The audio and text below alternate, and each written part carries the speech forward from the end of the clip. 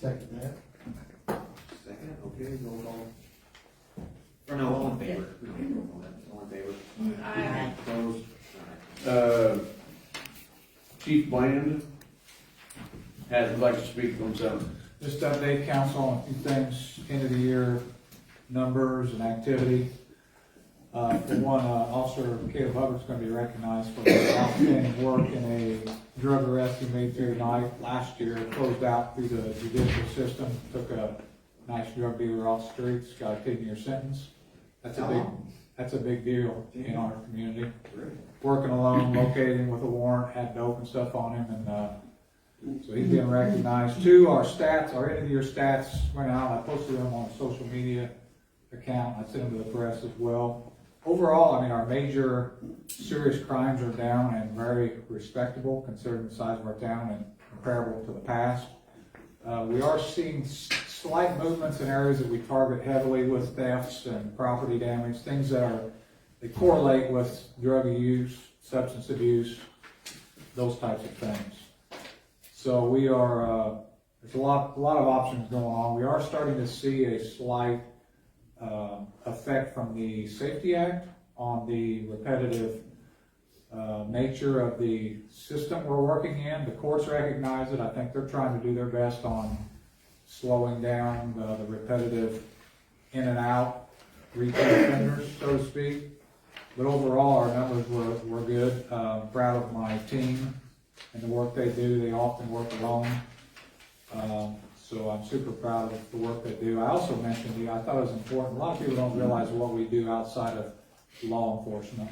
And I see it daily where the guys care about people. They go above and beyond on serving others, which is vital in a community our size or any size.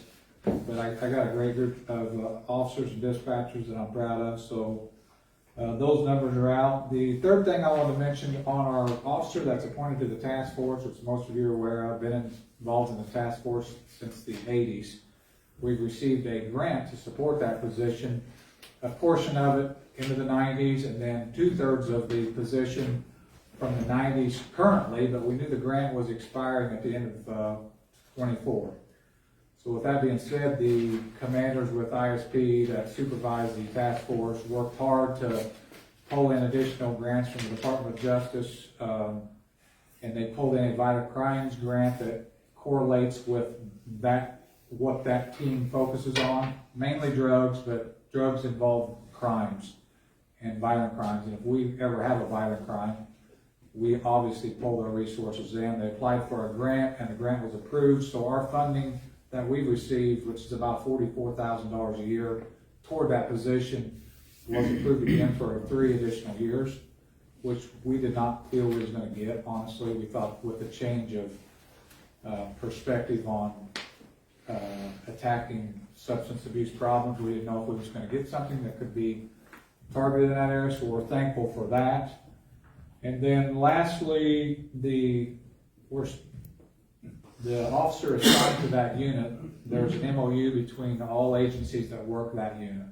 And we work our county, we work Sangamon County, Morgan, there's several agencies, I think 8 or 10 agencies involved in that. We're part of an MOU, so the goal of that position, naturally, we don't just focus on petty possession drug crimes from that unit.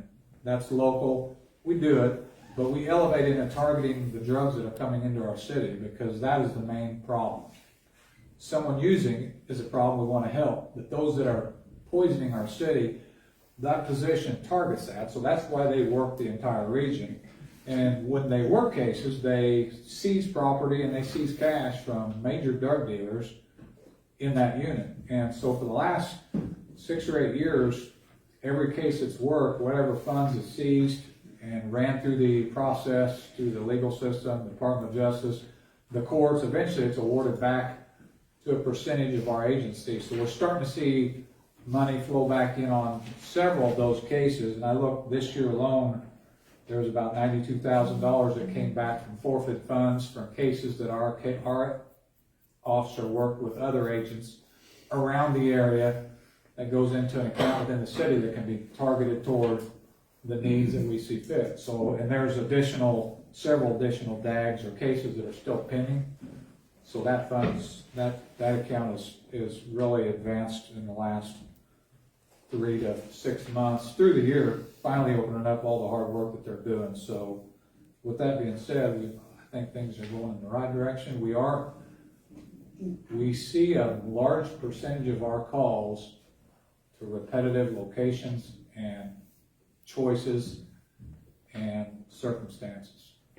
So we're trying to figure out how we can address those areas, because if we have 60% of our calls targeting 10% of a circumstance, how can we address those issues? And that's what we're trying to figure out. There's long-term solution, but it's like, it gets frustrating for the community when the same, and we're struggling with the courts, we're struggling with just options on how to deal with this, and it's been hard. It's been a challenging 5 to 7 years of this law enforcement change. And it's not fair. I feel the victims are sometimes overlooked of crimes more than anyone, because they're the ones losing their tools and their car, or their this or their that, and it goes to the courts, and there's resources poured in to help the one that committed the crime. Sometimes we forget about those that are waking up, going to work, and their tools are gone. But in our small community, we know who's struggling in these issues, so if there's better ways of targeting these people that are causing problems for our community to get them out of that cycle of crazy, I think will help reduce our repetitive calls and locations. So that's some of the plans we're looking to do into this year. So What do you think we should do? pardon me. What do you think we should do? Well, I think a lot of what's going on is targeting the substance abuse programs, people to get in because they support their habits through bad choices and crimes and thefts and then domestics and you name it. Probably 75% of our calls are related to some kind of substance abuse. It's that involved. So education, accountability, just healing that person from problems that's causing their choices. Because the repetitive cycle that my officers, we live in, drives us crazy. But yet we understand the world someone's living in, suffering, they're not happy either. So that's why there's a lot going on with drug rehabilitation programs, there's churches working, everybody's pulling together to try to, and the courts are doing it as well with their drug court, their problem-solving court. Some work, some don't, but you can't just throw your hands up and not do something. So there's a lot going on, but for our small community, we're very busy for who we got, and but I'm proud of my team, and so there's your summary. Why don't we have a group of people meet and discuss these problems, and we come up with some answers? We can do that. Youth programs, there's all kinds of stuff. Sure. Hey Chief, I do have a Because I think question if for you. they're lost, they're not, you can't We'll help talk later. Your team does an awesome job, and I thank you for Yeah. these stats. And I just might do a little feedback from, I know the council, we've this year implemented a couple things to assist you and trying to help you guys. Do you feel that you've seen any kind of improvement on the last two ordinances we wrote on lawnmowers and motorized bicycles? I mean, winter, It's cold obviously. now. kind of cold. Now, to us, I want to be politically correct, that is a lesser priority we deal with, but it is a Yeah. nuisance, but that ordinance helped us address an issue. And it not only addresses the noise, but then we get to step in and find out who we're dealing with, where you're coming from, possibly warrants, possibly more serious criminal activity. So that did help. Okay, I just wanna make sure that, we're Yeah. doing what we need to support you guys and assist you the best way possible to, maybe make your job a little bit better.